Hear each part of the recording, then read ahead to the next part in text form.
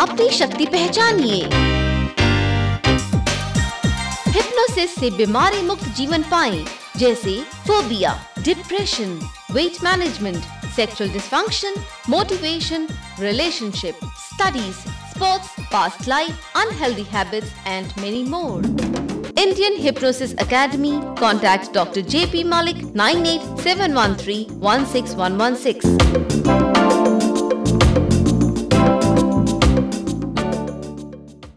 नमस्कार, कार्यक्रम hypnosis and health में आप सभी का एक बार फिर से बहुत बहुत स्वागत है। ये तो हम सब ने जाना कि हिप्नोसिस एक तरह का ट्रीटमेंट ही होता है जो कि किसी भी बीमारी को क्योर कर सकता है। अब वो बीमारियां कौन कौन सी हो सकती हैं, ये आज डिटेल में हम अपने इस प्रोग्राम में जानेंगे। और आज एक बार फिर से इस विषय पर जानकारी देने के लिए हमारे बीच मौजूद हैं डॉक्टर जेपी मलिक, जो कि फाउंडर हैं इंडियन हिप्नोसिस एकेडमी के। आइए मिलवाते हैं आपको डॉक्टर मलिक से। डॉक्टर मलिक, आपका स्वागत है। डॉक्टर मलिक, आपने हमें ये बताया कि हिप्नोटिज्म जो होता है, हिप्नोसिस जो होता है, एक तरह का ट्रीटमेंट है, एक मेडिकल से ही रिलेटेड चीज़ है जो कि कई फिजिकल प्रॉब्लम्स को ट्रीट कर सकती है। तो हम आपसे ज़रूर जानना चाहेंगे कि कौन कौन सी वो हेल्थ प्रॉब्लम्स हैं जिसमें ये बहुत ही ज़्यादा कारगर साबित होता है। ओके, इसको अगर आप 3 भागों में बांटते हैं, एक क्लिनिकल एप्लीकेशंस, दूसरा हैबिट मॉडिफिकेशन और तीसरा सेल्फ डेवलपमेंट। अगर इसको हम 3 एंगल से देखते हैं, पहले लेते हैं सिंपलेस्ट चीज़, सबसे आसान, हैबिट चेंज करना। ये सबसे आसान होता है जी। जैसे बच्चा अंगूठा चूसता है, नाखून काटता है, बहुतों में आपने बड़ों में याद देखी, बच्चा नहीं, वो काटता है नाखून, और या बिस्तर के अंदर पेशाब कर देता है, सुसु कर देता है बच्चा, उसे कंट्रोल नहीं होता, कोई सपने जैसा बनता है और उसका कंट्रोल नहीं रहता है जी। या पढ़ाई में उसका मन नहीं लगता है, पढ़ाई में अटेंशन नहीं रहती है, उसका रिकॉल ठीक से नहीं होता है, कंसंट्रेशन नहीं रहती है। इस प्रकार के जो कंसर्न्स होते हैं, ये हैबिट से रिलेटेड, ये सारे के सारे इसमें ठीक हो सकते हैं।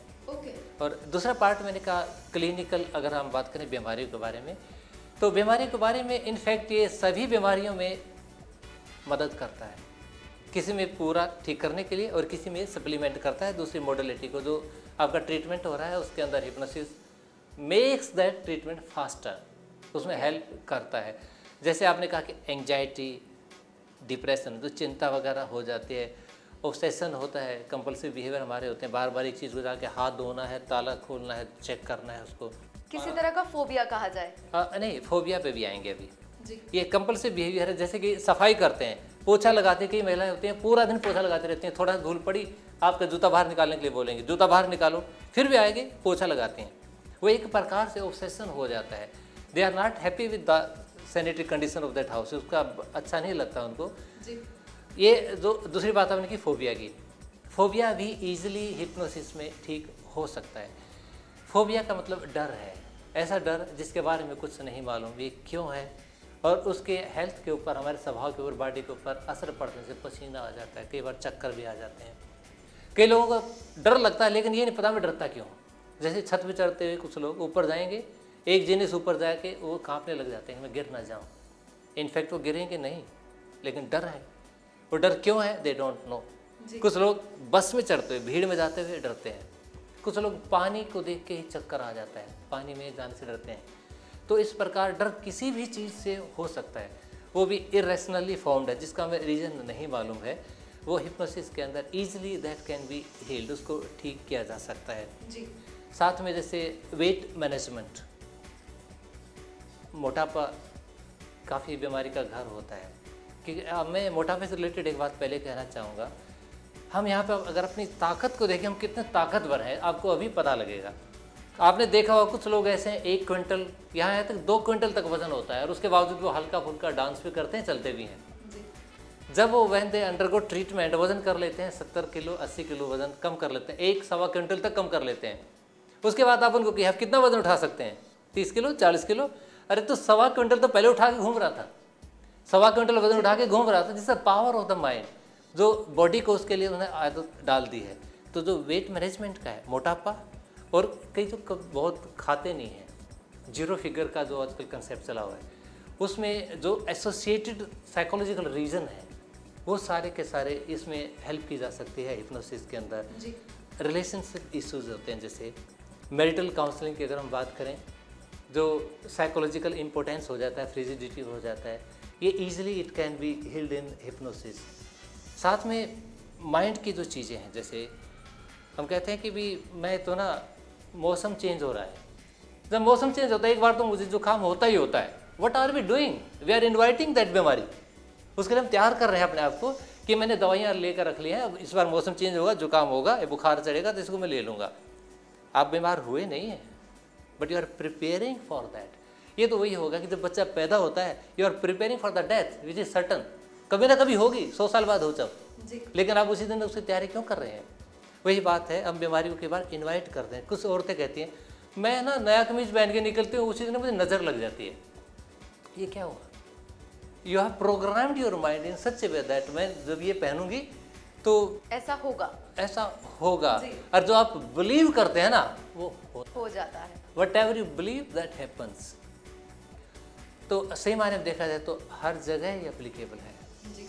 किसी बीमारी में उसको फास्ट करता है ठीक करने के लिए, किसी में ये अकेला भी पूरा काम करता है। ये सप्लीमेंट्री मोडलिटी है जी। अगर ये एक तरह का ट्रीटमेंट ही है तो क्या आप इसको किसी मेडिसिन से क्योर करते हैं या फिर कुछ एक्सरसाइजेस होती हैं जिससे ये क्योर किया जाता है?